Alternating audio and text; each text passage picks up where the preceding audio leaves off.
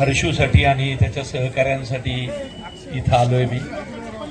खरं तर दीपक भाऊ जेव्हा पहिली निवडणूक लढले कर्वेनगरमध्ये आमच्या कॉलेज काळात, त्यांच्या पहिल्या निवडणुकीलाही मी भाऊंसाठी तिथं आलो होतो. तेव्हा तर एक कॉलेजचा विद्यार्थी होतो, MBAच्या शेवटच्या वर्षाला होतो त्यावेळी. कारण इथं काय मी पाहुणा म्हणून किंवा परका म्हणून नाही आलो. माझं बालपण सगळं केळेवाडी हनुमाननगर मध्येच गेलंय. आमची निम्मी गावकी भाऊकी सगळी इथंच आहे. मी काय, दीपक भाऊ काय, आम्ही सगळे एका तालुक्यातली माणसं आहे. आमचं गाव पण शेजारी शेजारी आहे. अगदी कॉलेज काळापासून प्रत्येक ठिकाणी मदतीला भाऊ आमच्या आलेले आहेत. फार अगदी माझा आलेला सिनेमा मग कुठलाही असू दे, तो सिनेमाचे जास्तीत जास्त शो हे फक्त दीपक भाऊच अख्ख्या पुण्यामध्ये लावतात. आणि काय त्यांचं प्रेम असेल माझ्यावरचं, किंवा हर्षूच्याही कार्यक्रमाला मी काही तो आता निवडणुकीला उभा आहे म्हणून आलेलो नाही. हर्षूच्या यापूर्वी 4-5 कार्यक्रमांना मी स्वतः आलेलो आहे. त्याच्या दिवा प्रतिष्ठानच्या वतीनं तो जे कार्यक्रम घेत असतो त्या कित्येक कार्यक्रमांना मी हनुमाननगर, केळेवाडी सगळीकडच्या गल्ल्या गल्ल्यांमधून फिरलोय. जय भवानी नगर पर्यंत मी त्याच्याबरोबर कामासाठी आलोय.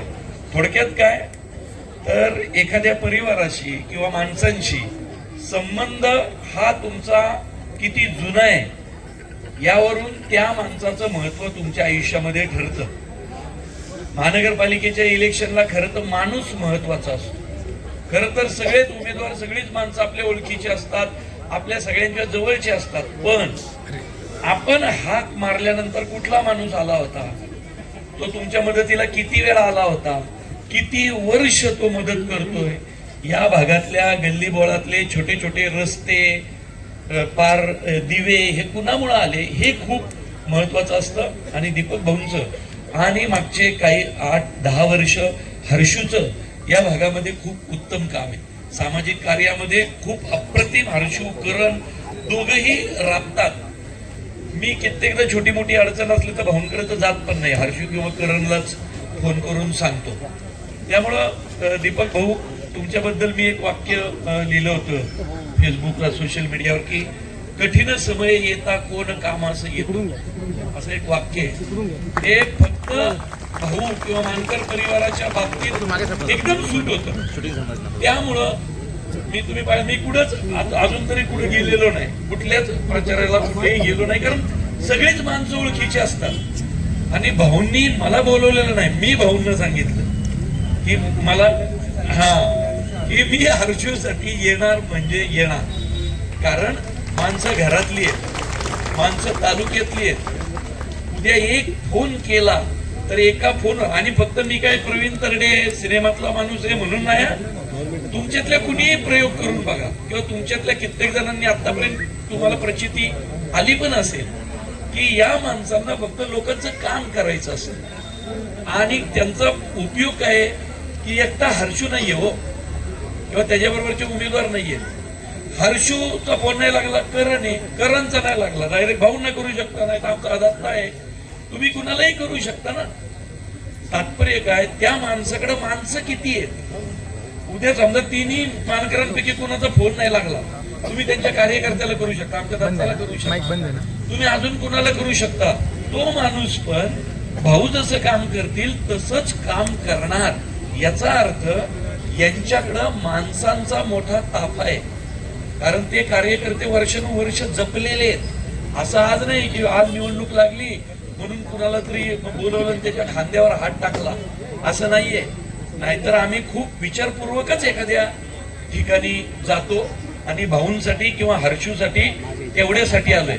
त्यामुळं आता आपण उगाच भाऊंना त्रास देत बसायचं नाही, भाऊंना थोडस रेस घेऊ द्या. आता काय लागलं, हर्षूला फोन करा किंवा करणला करा, त्याच्या बरोबरच्या सगळ्या ताईंना करा. त्यामुळं हर्षू, तुला अगदी मनपूर्वक शुभेच्छा, सगळ्या उमेदवारांना शुभेच्छा. अशा भागातच जास्त काम करावं लागतं. सोसायट्यांमध्ये कामं नसतात, लक्षात ठेवा. उलट तिथं तर आवडत पण नाही माणसांना कुणी आलेलं, की कशाला आला असं असतं.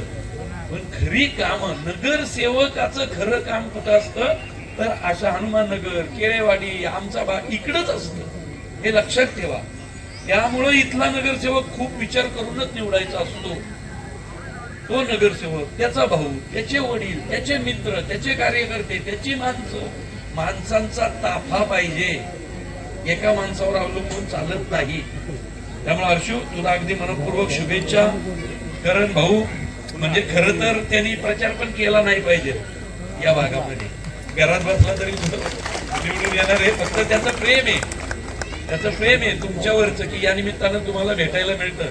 त्यामुळे आज इथं जे की ते आमचा चंदू पण यांना माहिती आहे की सगळ्यांना, की हे सगळे म्हणजे नाना बिना आम्ही सगळी कॉलेज पासूनचे मित्र आहेत.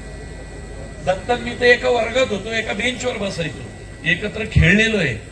त्यामुळं इथं सगळी नात्यागोत्यातली, गावकी भावकीतली, तालुक्यातली, जुनी ओळखीची अशीच माणसं हनुमाननगर, केळेवाडीमध्ये आहे. म्हणून माझ्या सिनेमाचं शूटिंग करताना पण मी इथंच केलं होतं, दुसरीकडं बोंबलत फिरायला गेलो नाही पुढं. म्हटलं आपलं घरची माणसं आहेत इथं. त्यावेळी भाऊंचं सहकार्य हे सर्वात जास्त झालं होतं आणि भाऊंची खूप मदत झाली. त्यामुळं मी जास्त काही सांगत नाही. तुम्हाला म्हणजे ह्यांना निवडून आणा असं तुम्हाला सांगणं हा तुमचा अपमान होईल. कारण मला माहिती आहे तुम्ही नाही, इथं आता घरात किंवा कामानिमित्त बाहेर गेलेल्या प्रत्येकाचा यांच्यावरती जीव आहे. कारण भाऊंचं काम हे तेवढ्याच ताकदीचं आहे. त्यामुळं तुम्हाला अगदी मनपूर्वक शुभेच्छा. धन्यवाद.